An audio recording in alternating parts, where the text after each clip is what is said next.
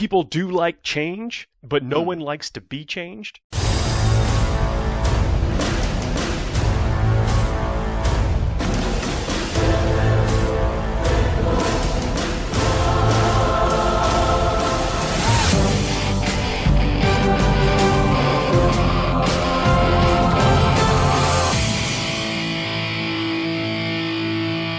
Overcharge the ion accelerator. It's time to forge the narrative. Hey everybody, welcome to Forge the Narrative. My name is Paul, your host. Vacation episodes. What is this, Vacation episode 3? I think so. I'm not quite sure. The third, Mark 3. We are the Bell All Souls podcast, joined by Tanya Gates. Hey everybody. Adam Camilleri, and Red Powell. Howdy there. What up? Welcome everyone. Thanks for joining us. Thanks for being patient with us as we trundle on through our vacation. Hope everyone out there is keeping busy, get the hobby flowing, getting ready, painting for the possibility of what is to come, hanging on every word from the Warhammer community articles, giving us those drips and drabs, that sweet 10th edition info that we crave. I mean, so far, I like what I've seen. Maybe I'm a little bit of an optimist, and I've definitely been avoiding a lot of online spaces where there might be a little bit of salt. But while I'm existing in my little vacuum with Warhammer community, I'm really excited for the new edition. It is important that age-old adage that people do like change, but no one likes to be changed. And what we're seeing from these articles is that there's going to be some differences to, either some ability that we, have heard the name of or come to expect to work a certain way, or some unit that works a different way, or whatever. Weapon profiles may change up the ecosystem of what we think is classically good or effective. So it's going to take a little get used to. It is, and I find it's really hard to judge anything that we see because we don't have the points yet, and I think that the points are going to be a big indicator of what is to come. So I don't know. It's really hard to really tell what things are powerful and what things are not that they've previewed, and I'm just really along for the ride, and I'm really here for change. Yeah, it's an interesting thing looking back on 9th edition now. I think this is the first. Is this the first edition that we've ever had where we haven't been able to play the game? Like, worldwide, this edition came out to not the reception it deserved because of the pandemic we were in at the time, for better or for worse. And it's really interesting to see people's opinions that have been like molded by the way they were able and then unable to interact with this game. And I think a lot of people are just like want something that they can start from the start of the edition and enjoy the journey, not just get a little bit here, a little bit there, which actually is my personal experience of 9th edition. I got to play about 18 months of it due to the restrictions in my area. And yeah, it's been a really interesting one to look back on this differently to 7th, 8th, and then I think 4th and 4th was the last kind of full edition I played. I wonder if that had something to do with the way things are getting kind of shuffled up a bit. Is that kind of like start fresh attitude? Yeah, well, I know a lot of. I was at a club last night, Westgate Wargaming, shout out. Like a bar, you're in a dance hall, and someone randomly just came up and started talking about Warhammer. It's like, hey, you that guy from that show? Oh man, I can't wait for 10th edition. Thanks, mate. Enjoy the night, and off you jam, a little jive. No, we were sitting around the painting table at the nerd club. Just everybody unanimously was just like, yeah, I'm really looking forward to 10th edition. Really looking forward to 10th edition. And these are people who.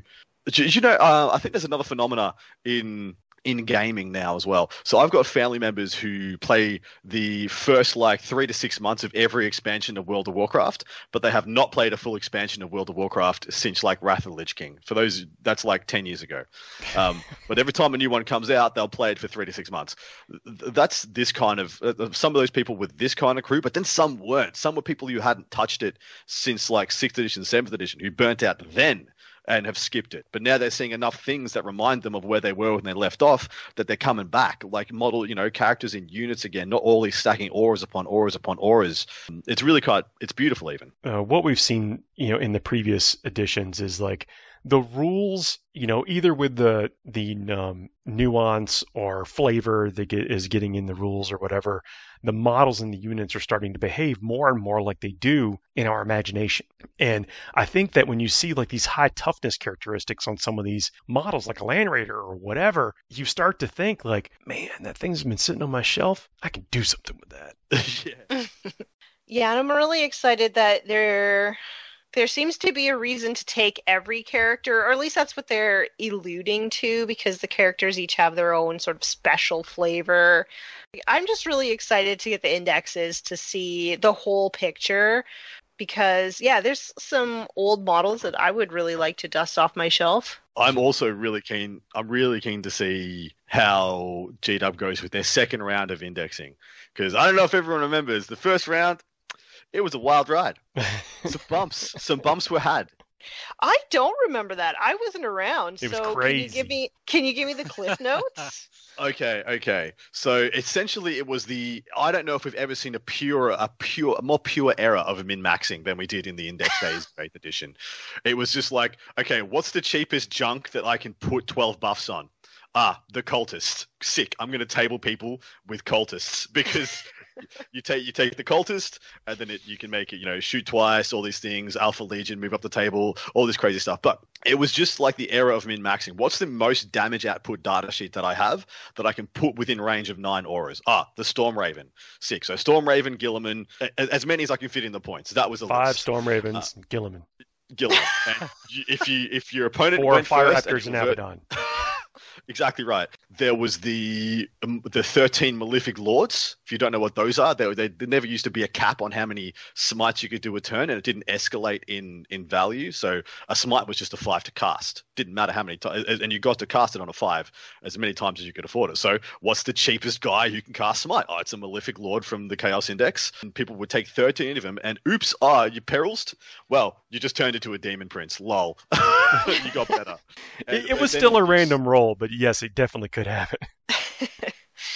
Well, okay, so then now that we know what the problems are in the index, how likely is something like that going to happen when you can't really get all of those aura buffs and all that? I feel like you're describing like an Anakin Padme meme where it's like, they wouldn't let that happen again, right? Right? Yeah, you wouldn't butcher a whole town of sand people again, would you? Would you? And look, in all honesty, there's going to be some busted stuff. The game is too big, it's too vast, there's too many models, there's too many things and moving parts for me to believe that the balance team is going to get it 100% right. But as long as they're quick on the uptake, it's just going to be fine. Man, it's going to be totally fine. I mean, just the benefit of the doubt of we are in a world where there is much more like access to data. That's true too. So you can have some data-driven type of decisions in the rules and just design concepts that maybe hasn't been present in times past. You know what I'm really interested to see is how much of a difference the more variance in the toughness and strength characteristics makes.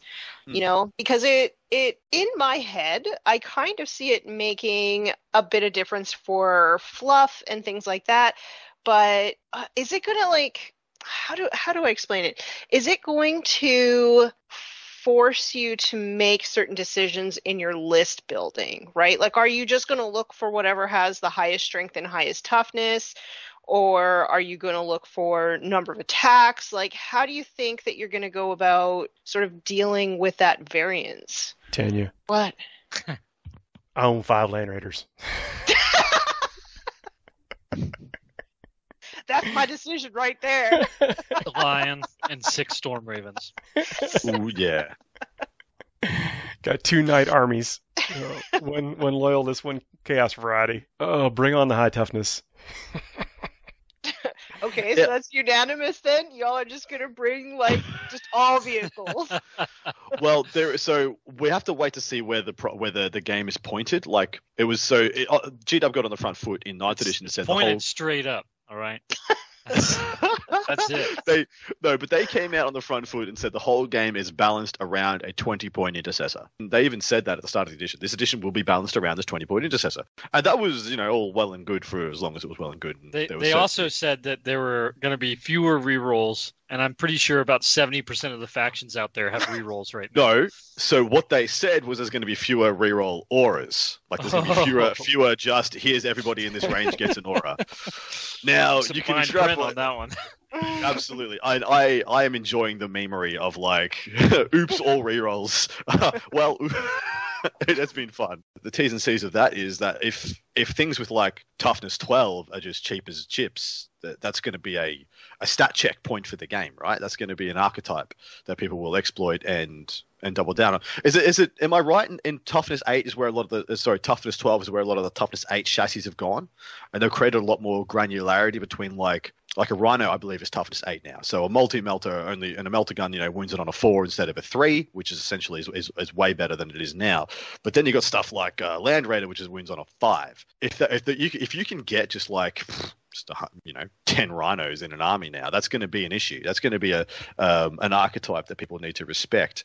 But so it's going to be interesting to see where the internal balance is between the infantry, the mechanized elements, the tank elements. Yeah, we won't know that. I mean, of course, we won't have any insight into that until we get to see what those actual points are. And it is kind of fun to dream. And that's what it is. We're all kind of living in that dream world right now of just like, oh my goodness, I've seen a little bit of a slice of this. What can I do with it? I love that. I love this phase of the edition, by the way. I feel like I'm in the movie Inception now, and I'm about 2 levels deep. Well, this is the time, look, I know people still out there, hitting tournaments and playing, giving the last hurrah to some of their list, which you can get some insight into that on one of our other shows, the Warhammer Meta Chasers. Yeah. But there's also the time where some folks are like using this as a bit of a gap to just, build and paint whatever their fancy is, because maybe it's going to be good in the next edition. That's the phase anybody right now. Yeah. Or maybe you're just, playing Age of Sigmar and waiting it out. Like me. I'm looking sideways at some fantasy right now. That's what I'm doing with this time. Although I am still I built a Shrike model that I had sitting on the shelf and just put like a Dark Angel's head on him and stuff. And I will just be rounding out my collection so that when this drops, I've got everything, every unit that I like, and I can just find what I want to play within it. I need to post some work in progress shots. I was given Tanya a hard time for not doing that, but I've also been guilty of that these last couple of weeks. Yeah, Tanya. Gosh. Yeah. Hey, I posted one work in progress picture. Thank you very much. That is one more than I've posted recently. So that is literally 1,000% more than I've posted. Yeah, it's same for me. You know what I did finish though? I batch painted 17 Glaive Wraith Stalkers for Age of Sigmar. It was 18, but I broke one and I gave up trying to fix it. So that's another way that you can actually get through your pile of shame, is just to irreparably break things. It's the potential. No, it's shameful. I had to inventory mine, so it's pretty shameful. Oh no. Yeah. Does it never tell you the odds? No, I work better with definite goals, so that inventory was a must. That's good. I've been I'm looking forward to this edition, mostly because I'll also tell you that I have not yet rolled the Sanguinary Guard dice in an active game yet. Shame. Oh, well. Shame. Looking forward to doing that. The ones that came out, a few weeks ago with the Dante release. It feels like forever since I've actually gotten to play a game in person, because my local game store shut down. Just didn't make it through the pandemic or whatever, but there's a new one opening up, baby.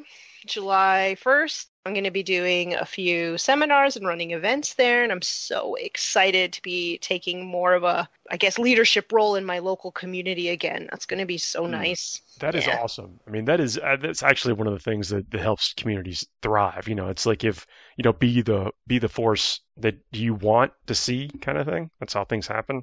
Yeah, and I wish that when I was sort of first getting into the hobby, that there was sort of a ladies' night or something like that was a little bit more chill and all that. So that's something that I want to do. I want to do all those fun things that I never really had when I was first getting into it. So I'm just really excited for everything.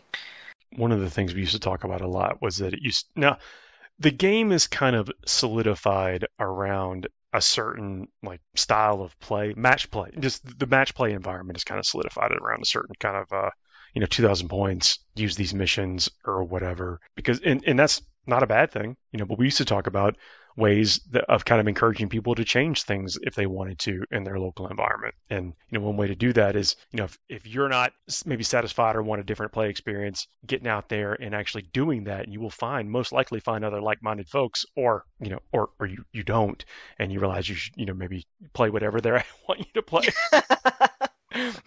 But getting out there and being part of that game store community is something that maybe people are feeling more comfortable doing now. And I mean, it's a great time to get involved because everything is resetting with 10th, and it puts everybody at an even playing field. And I think it's a great time to get out there and try new things. Totally agree. I think this is the beautiful time of new projects, of new stories, of so much new stuff.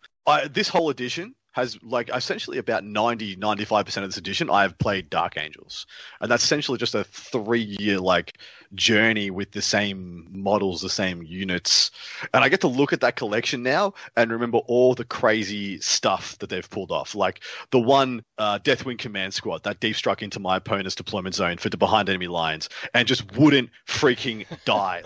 Half his army turned around to kill him, scrape him out of the back of this ruin when they couldn't see him, and just not dying, 3 more points. Next turn, still not dying, 3 more points, and that kind of stuff. And I'm when I get to this point, I just really look forward to the stories I know I'm going to have in a couple of years from now, which is a whole brand new slew of models, slew of armies. Yeah, who knows? Very exciting. So does that mean that you're going to continue on with Dark Angels when you go into the next edition, or is that something that you're just going to wait until you? He's got a Primarch now. At some point, I will have to play the Lion. It is known. No. Now he's too cool for it. I get it. It is known. It's so funny, right? I play Dark Angels for 3 years. They Primarch drops, and I'm like, well, I finished what I was going to do with these guys. I managed to get the number 1 ITC spot with Dark Angels. And then, it's like the mob. They draw you back in. Once you're the Unforgiven, there's no leaving the chapter, the Legion, right? There's no leaving. You don't just leave the Dark Angels. It's disgrace. It's disgrace, or you stick around. But what I want to do is round out my Space Marines chapter. That's why I'm building a Shrike. Yeah, I'm going to paint him he's the same he's a Dark Angel, because my fluff lets me do that. And yes, I did do that on purpose with my fluff. But hey, it fits. The fluff being that the Lion is back. Hey, he actually is back, and he's taking control of the chapter again. He's like, no, this isn't a freaking chapter. It's a Legion. Bring in all the successes. We're just the Dark Angels now, and I'm going to reform the Hexa Gramma Whamma Megatron, and so we have all the wings again. Hexagram. They have all the wings. Yes, Red. And so there is scope for me to have a Raven Guard-esque playing force inside of it. Same for Iron Hand, same for all those other ones. So I plan to do that. I plan to round that out so I can play any Space Marine chapter, but they're all the same scheme and they're all thematically appropriate inside the same collection, whilst also building and playing some Knights maybe. Sweet. That's what's your 10th edition aspirations? Let's do it. Who wants to play what? Before we get into that, I do want to celebrate one other small thing here. Feel No Pain is back, as an actual rule. So when we say that, people don't have to be like, what are they talking about again? Deep Strike's back too, baby. Yeah. Yeah. Was I on here when I said we did it? We did it, everybody. We won. We did. We all need to be congratulated because we broke G-Dub. It took us 6 years. But not one of us dropped the ball. We all held the line. Are you arriving from reserve? No, you're arriving from Deep Strike. Sorry, sir. It's Deep Strike, unless you're walking on. In which case, that's, strategic reserves. Or outflanking or something. Yeah. Are you scout moving or are you infiltrating? There is no, I'm going to forward deploy from shadow ambush. Shut up. Infiltrate. No, don't. You never tell anyone to shut up. We all held the line, and we won. They broke. We're back to USRs. Just happy if we could actually just say this, and because it wasn't leaving the vernacular, to your point, but here we are. So the only one I truly want back, do you guys remember It Will Not Die? at the end of the turn. Was that? Did It was everyone have it was in 6th and 7th. It was only for a lot of it was on big Griblies like monsters and like Yeah, Tyranid I remember it because it's in Horus Heresy. That's why I remember. Yeah, it's still there. It's essentially a dice roll to get a wound back. I can't remember if it's at the end of the turn or start of the player turn who has the controlling model, but yelling it out and then rolling it to get a wound back when you had like one left and was certainly going to die, and that changes the game. Like it was always a cool element to the game, I thought. Did Wraith Knights have that at one point? Or the ones I remember the most are the Tyranid ones, like a Trigon, having a 5+ who want to die, Hive Tyrant, stuff like that, Swarm Lord. Wouldn't be surprised if he was on a bunch of Orc stuff as well, like Squiggoth and whatnot. Makes sense. It will not die! Bang, hit the 5+. Send your opponent back to the Shadow Realm. Done. You got it. All right, so now 10th Ed Aspirations. What are we hoping is viable? Where's that dream space in your mind right now? I mean, we've seen the preview from the community page on World Eaters, and I just need to see the rest. To Tanya's point, we haven't seen everything, and I would like to see that before we continue. No, but you can dream. You can just be like, yo, I hope that, I don't know, Chaos Spawn get heavy bolters or something. Yeah. Sure. I'll take that. All right, sure. I hope that I can play Custodes Dreadnoughts and that they're decent and still fun. That's what I hope. I'm still kind of on the fence on whether or not I'm going to play Guard or Custodes, but after seeing the Custodes preview this week, I think I'm slightly more on the Custodes side of the fence. But as far as aspirations go for myself for 10th edition, I really want to learn what it actually means to be a competitive player, a meta chaser, if you will.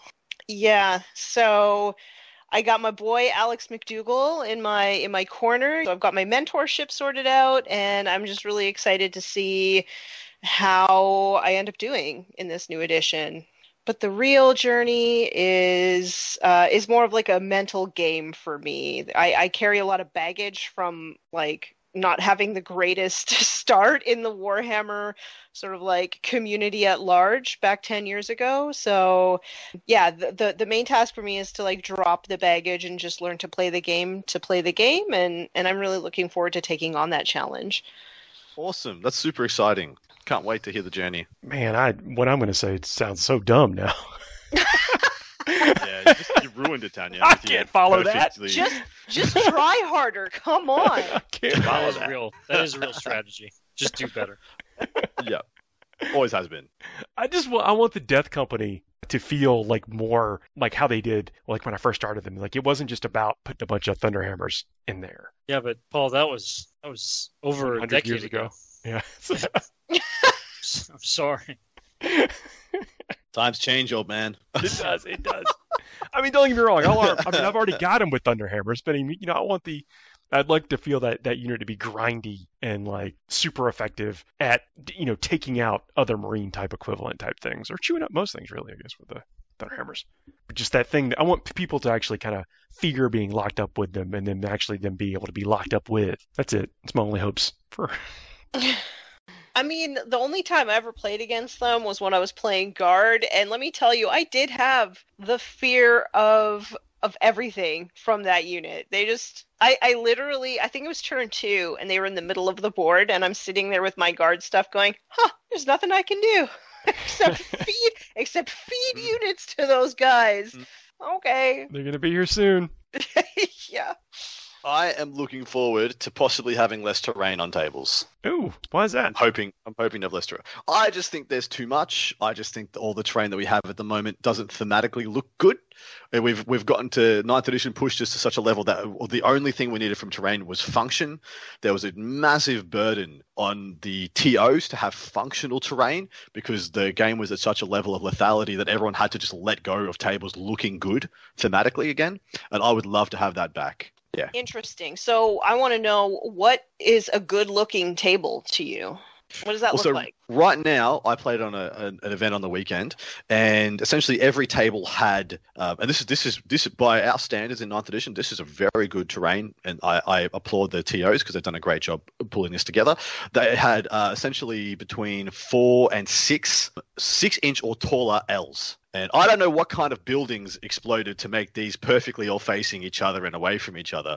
But seeing 6 of them across an entire table was just like, I can only think of this game as chess. You know, when I'm playing this now, there's no trying to imagine myself in a war zone, imagine myself in the place of my miniatures. This is just remove the little hobbyist excitement boy that walked into his first G-dub. That guy needs to be silent for now. We're just here to play a game and move the models. There's no rubble. There's no. It's all very sterile. You know, there's not much character in it. There's no windows. There's no holes in the walls anymore because that leads to blowouts. So there's a perfectly opaque, solid structures that are somehow destroyed into perfect Ls with no holes in on hundreds of tables worldwide. You know, this is I don't know. I want to see more. I want to walk up to a table and it has a flavor. It has a character to the table. But it's not just purely slightly devil's advocate. I'm playing slightly devil's advocate here, but even at a tournament. Yep. Okay.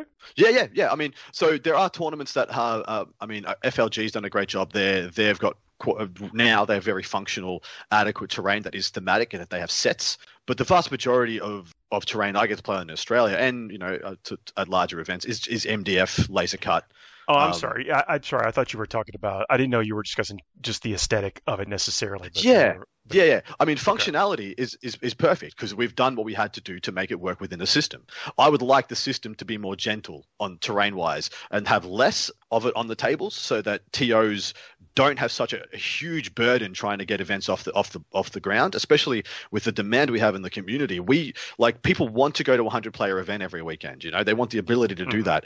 As a TO, you're like, that's like a bajillion freaking dollars, and I've got to paint all the things and clean and cut all the things. Like, it's a hard freaking job already. Yeah. It's a thankless job already. Taking the burden off the TOs is something I really want. And then when I walk up to the table, I want to be like, this looks sick. I have my models that I put a million hours into because that's how I personally like to have even my competitive armies. I like to be the highest standard that I can produce, and I like to have them on a table that looks like it's representative of where they could be someplace in the great wide world of Warhammer, in the great ethos of the game. So are you trying to say like you want like craters and stuff to be like real functional and not just like craters, a potential liability? A forest to not just be this only hurts me, it doesn't hurt them. I want to see ruins that look like ruins. I want to see, you know, things with area of effects and whatnots. And yeah, I'm very happy with the keyword system that we had. I think it needs to be expanded upon somewhat, and also, so it's already a very refined system. So I don't really know what they're going to do to meet my wild demands. But this is just wish listing. This is just what I would love to see happen in the future. Yeah, we're unbound from reality during this part of the show here. We're just this part of the show. Hey, yeah, every part of the show. All right. Well, does that land with anybody? Like, do you guys understand what I'm coming from? No, I get it exactly. You complained about this in the last episode. I feel like if you wanted to hear Adam complain about it again, keep going. Yeah. Let's actually take a quick break. We'll come back and get Red's aspirations here. We'll see you in a second. FTN is brought to you by Discount Games Inc. Please visit them at www.discountgamesinc.com. And don't forget to ask Jay about ways to save even more on your hobby projects. Hey everybody, we are back. Don't adjust your sets. That was Adam, like, really, really talking about how he wants his terrain situation solved. Mm-hmm.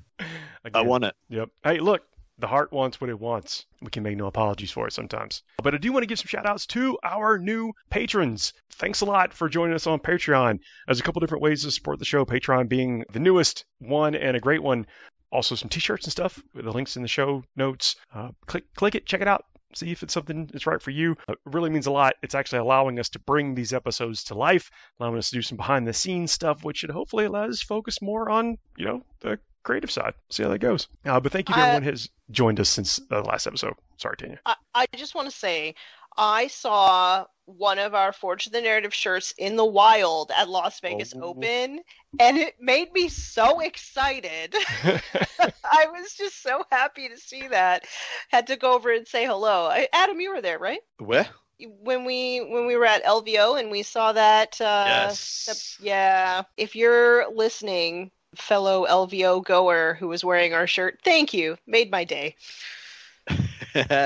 Cameron Brown, Rita Mankey, Wookie Monster, Bolter Goes Bang. Thank you all very much for subscribing on Patreon in between the last episode and this one. We will continue to shout out new patrons, send some messages up there. It just means a lot to us that y'all are doing that. And thank you. We paused the last episode with Adam and his thing. He's passionate about it. I get it. He's got to, the mud's only going to stick if you keep throwing it. I understand. I completely forgot I'd thrown it already. This is, I don't know, there's something wrong with my brain, or it's been a couple of weeks since we or if it's been a couple of weeks, or I've just done too many shows and I talk too much crap. But yeah, apologies if you heard all that before. I have many other things I could wish list. That was just number one. Look, no, we did say top of the list. What is it? And there we go. It's out there in the world now. Red, what are you dreaming about? Hoping. I as far as the new concept, the new game, I appreciate that there is a return to USR, right? Universal Special Rules. I really do feel like that is a thing. They may say it's not, but we got there. We got that back in to an extent. I understand the ability to appreciate it being separate. I really like the construction of it as far as the formatting. You just need to have this versus that. I think it's going to open the game a lot. I did appreciate, and it was something that we saw, you talk about the indexes and everything, but as the codexes started to come out, I'm interested to see what the codexes add versus what we had from indexes, because we know that's coming back in, and what's really going to be in there. What are we looking at? And hopefully they've got a plan where we're not. There was this weird, we talked about it some, and Tanya, you didn't get to deal with this. You may actually have, you just didn't realize it to some extent. But there was this weird period where they were trying to figure out how to phase out the indexes as things went about. And so like a codex would come out, but still some of the index would be applicable, or some aspect of it, or, there was some unit that didn't make it. We've already seen where they talked about, they talked about what units are essentially going the way of legends or what have you. I think the orcs fell into that gap a lot. There were like a couple of units in the orcs that's right. You could for a while carry forward the index version of it. So aspiration-wise, I really hope that they've got a deliberate plan going into how we approach that part with the indexes and the introduction of codexes and what that looks like gameplay-wise. All right. But that's I know it's not drawn out, and I don't feel them. I'm super practical. I'll say I'm going out of my way to not repeat myself like other people did, but I wouldn't know anything about that person. Never met him before. Stranger to us all. That was so last segment. Yeah, exactly right. Exactly right. I've never met a dead horse. I wasn't prepared. I'm not going to finish it. No, that's a good shot though of basically like figuring out what that is. Is it just a pulling the Band-Aid off as soon as you get a codex, your index is no more? Right. I mean, and what's going to change? We've seen these new models being introduced and how those go, but what adjusts really? What's going to be different? If someone were to ask me what model I want out of like of a new codex release or whatever, if there is one, it would be a giant spiritual force of the Sanguiner. What you mean, the Ghost of Christmas Past version of Sanguinius? Yes, yeah. But he's big as the Elder Avatar. Yeah, that's actually kind of sick. Like nearly headless Nick of Harry Potter. His neck just dangling there at an angle. Oh, savagery. Adam, you're on a roll today. He's actually just laying on the ground. That's how he scoots across the battlefield. He floats around like he's surfing, just on his his back. I thought you were going to reference me, being like, Adam's just laying down right now because you can't get any lower in his takes. Getting the absolute lowest of the hanging fruit. It should just be a hologram, like Tupac was that time, where they just put up a hologram of Sanguinius, and he's like an effigy that like staves off the Black Rage for a time on the battlefield or something. What are those Wait, things that they crawl around the gotta bottom stop. of the ocean? Did you just say two-pack? Yeah. Is that are we gonna let that go? Like, are we gonna let it go because like that he's got an accent? He's Australian. Yeah, I'm gonna let it go. Oh my god! I say something wrong, and everyone wants to paste it out. But Adam calls him two-pack. No, we gotta let the internet do what the internet does. We can't. That's right. If I don't give them fuel, who will? These starved internet peoples. They definitely have nothing else to focus on except my announcement. These folks are thinking, Certainly, Red doesn't. thank goodness they're on vacation.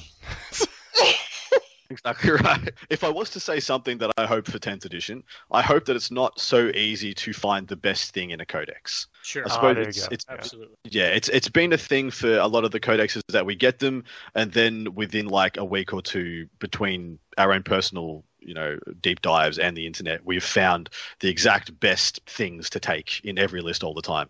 Case in point's probably, for me, is probably Grey Knights.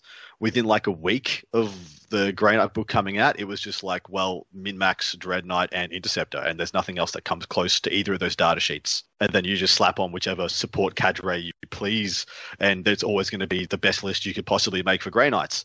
And unfortunately, that hasn't quite changed for the majority of this edition.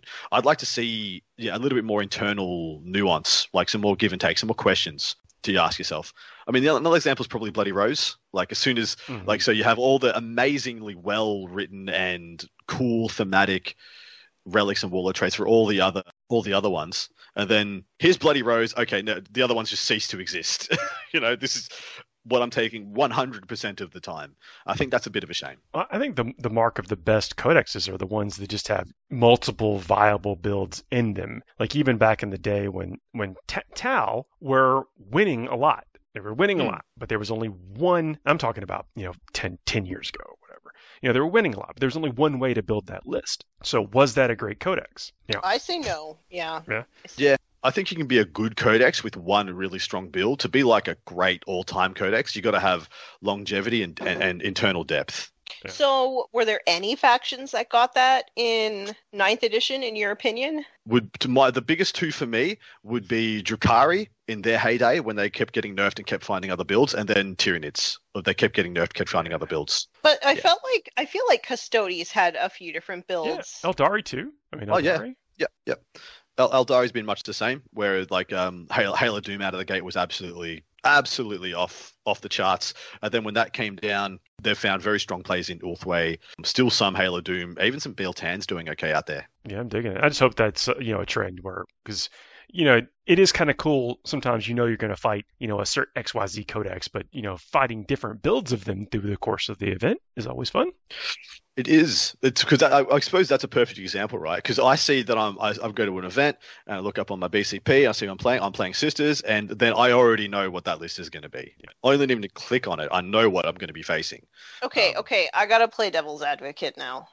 So yay! Everyone gets is this a problem with the codexes, or is this a problem with Warhammer 40k players, especially competitive ones, being like chronically online and like crowdsourcing to min-max and find the best stuff? Like, well, exactly right. The whole thing I said about solving it is very likely a symptom of that, a symptom of everyone sharing information, everyone sharing insights, and then so everyone comes to the best possible conclusions as a group, rather than there being anybody sitting on the fringes experimenting, as much as there would be otherwise. Isolated pocket communities playing, I like these models, so I'm going to play it this way, and then they get very good at that way and it becomes its own archetype. We don't see that. We see everybody just kind of finds the best possible thing out of the gates, and unfortunately a lot of us recognize that's probably true and fall in behind, possibly to the detriment of not finding something more enjoyable or more interesting. I'm cool with net listing. I don't want I don't think it's a bad thing. it's a bad thing because sometimes it'd be a time saver, but then I like the fact if you know that everyone's zigging UZAG or whatever, but the books need to be robust enough to where someone can zag. Yep. That's pretty much exactly right. That's the hope, I guess. Yeah, that'd be the wish list. It'd be like there's a little bit more zagging. Doesn't need to be like, oh well, here's the Bloody Rose version. Everyone must play that, or the other ones can't hang. I'd like that to be. I'm happy. There's probably always going to be a best option. That's just how granularity and rules writing probably works. But I'd like to be like the other ones aren't as far behind as they are now from the best option. Here we go. Coming up next weekend, I'm going to be in Kansas City, Missouri. Exciting. Doing some live streaming. Nice. On the Games Workshop channel. Wait, is that how you say Missouri? I thought it was Missouri. That's probably. Oh my God! Did she just say that? No. Having a go. Yeah, I've got no idea. Look, I'm sure the locals say it a different way. I could be mistaken. I mean, I'm not an expert on the United States at all. I just always heard people say Missouri. I've heard it pronounced that way also. I don't know what is more technically correct when we're. Does it end with an I? It does. Does, yeah. Yeah. Oh, yeah. Okay. I don't know. Correct us in the comments, everybody. Red's about to. Don't worry. He always corrects me. Surely he's about to chime in and correct us now. No, I'm gonna let the mob take you on this one. Oh, Okay. It wouldn't be hypocritical of all for him to abstain on this one. No. If the event is in the same place it was last time, and I haven't checked, I'm kind of calendar driven right now. I'm just going to show up where I need to be, kind of thing. But if it's in the same place it was last time, it's within walking distance of like a cool taco place, a few breweries. It's kind of near their downtown section. I think it's called the Powerlight District. Sounds interesting. Cool. Yeah, so but then some cool places to hang out and also play some Warhammer. So, are you shoutcasting? Yeah, I will be, and there'll be I think hopefully some information on the schedule and what to expect that weekend going out on the Warhammer community site. So keep your eyes peeled for that. Otherwise, just tune in to Twitch sometime over the weekend on the Warhammer site. And probably be there. But we're going to be covering the team event, so looking forward to that. Team events are always very fun. Team events being some of the most exciting ways to enjoy Warhammer 40,000. Hopefully, we're able to do it justice on the camera. Yeah, how is that going to work? Because with team play, you have multiple tables going at once, so multiple tables for each team. We do have a complete wireless setup camera that can go anywhere and get shots from everywhere. And they got some ideas. I really want to cover the pairing process because I don't think that's really cool. Ever been really broken down on camera before. I love it. I think it's the most fun and exciting. It's a part of 40k that still gets me anxious. I still get kind of shaky, like, ooh, what's gonna happen? Even after 6-7 years of just playing tournaments all the time, a pairings process just electrifying. Yeah. So everybody always says like teams is the best way to play, and I'm not good enough to get invited to be a team, and by golly, I am going to try my hardest to get good so that maybe I can have that experience someday. There we go, 10th edition. I'm coming for you, 10th edition.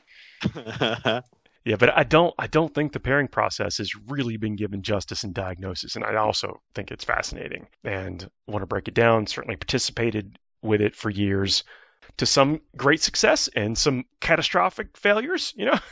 Pairing process. It's really where you can anticipate and try to do a lot of theory craft and then completely fall on your face. So breaking that down and maybe showing some tips on how to avoid that, or just break down the psychology of what the captains are thinking. Yeah, I have never heard anybody come back from a team tournament and tell me about the most excellent pairings that they made, but I sure have heard when people have mucked it up. Everybody loves to tell the bad beat stories. Yeah, I've heard all those stories, but I would actually be interested to watch that. So I'm going to keep my eyes open for it this weekend. Thank you. Hope other folks tune in as well. It should be fun. It's typically great times. It's I'm well aware that a lot of people are just probably painting or doing something else, and just kind of checking in and having that be around during when they're spending a little Warhammer time. So absolutely cool. But join in the chat if y'all can.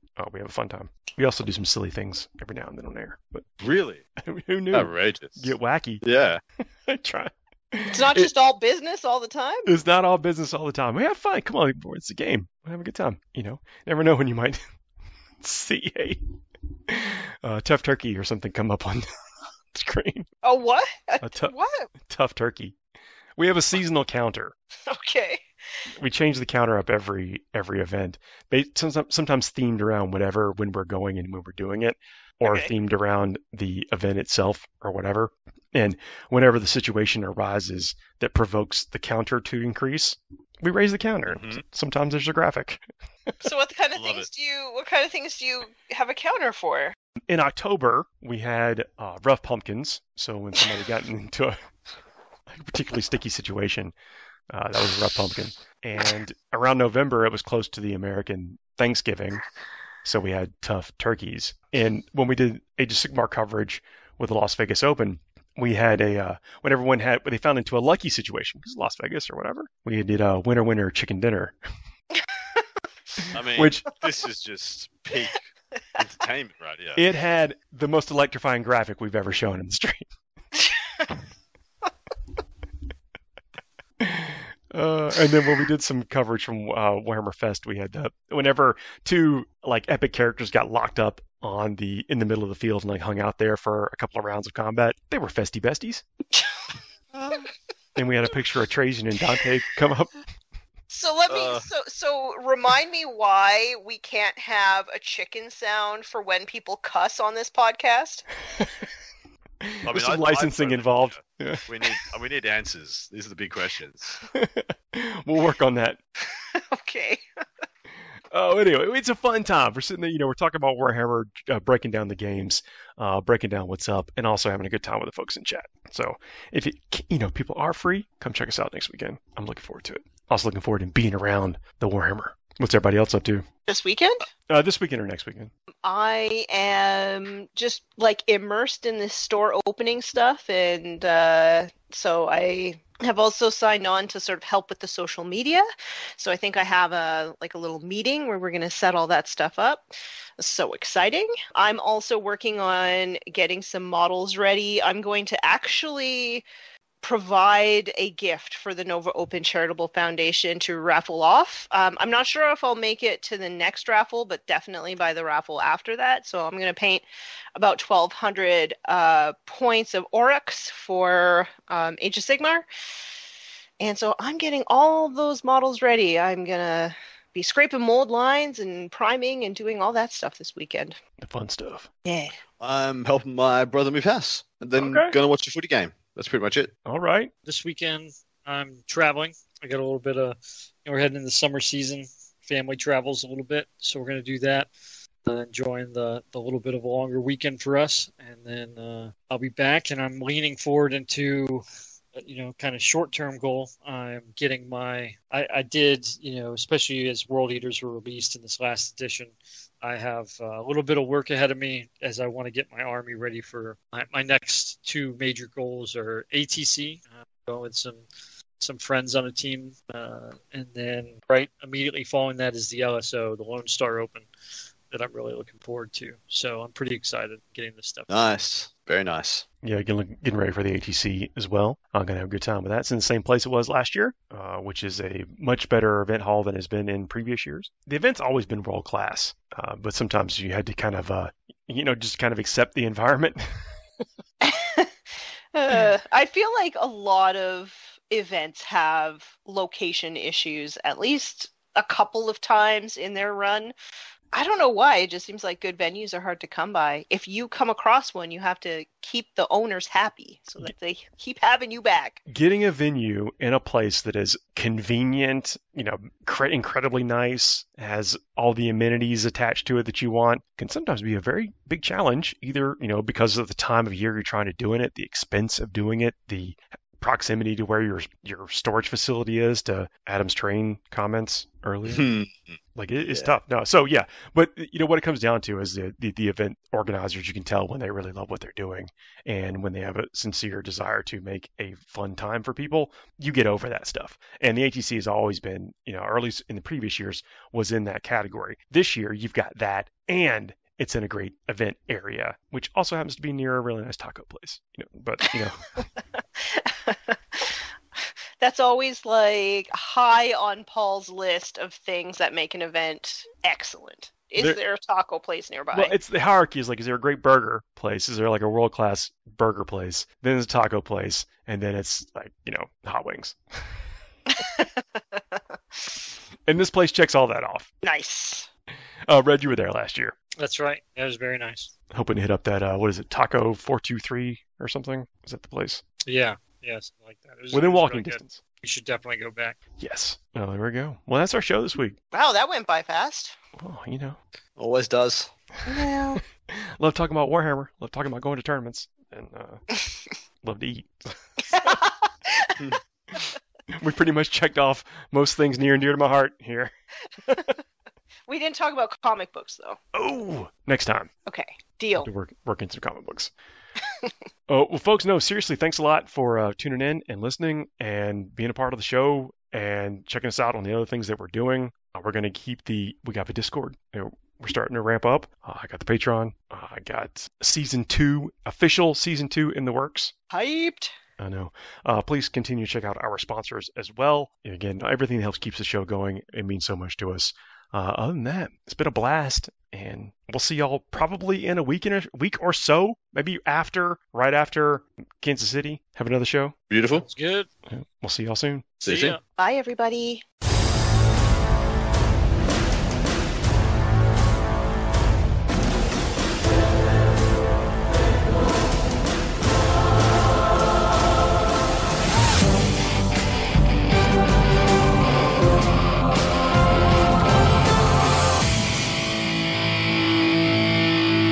The Sept tenets demand you tune in next week, for the greater good, of course.